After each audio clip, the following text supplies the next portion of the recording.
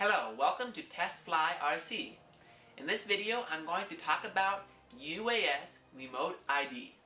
If this regulation was put into place how it is written, when Neil Armstrong was a kid, he might have never been able to go to the moon. In a letter he wrote to Mr. John Worth, "My model building and flying activities significantly contributed to my interest in aeronautics and was a primary force in directing my education toward aeronautical engineering.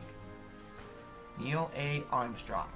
In another place he wrote, "I began to focus on aviation probably at age 8 or 9 and inspired by what I'd read and seen about aviation and building model aircraft.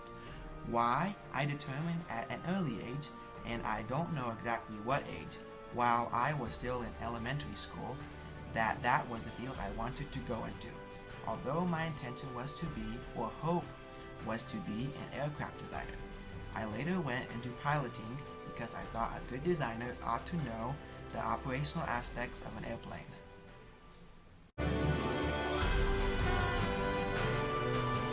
Fly's good?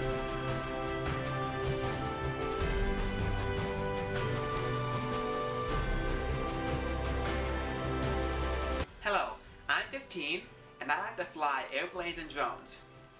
If this proposed UAS Remote ID was put in place when I first started flying RC airplanes, I might have never gotten into the hobby. So make sure you comment on this proposed UAS Remote ID before March 2.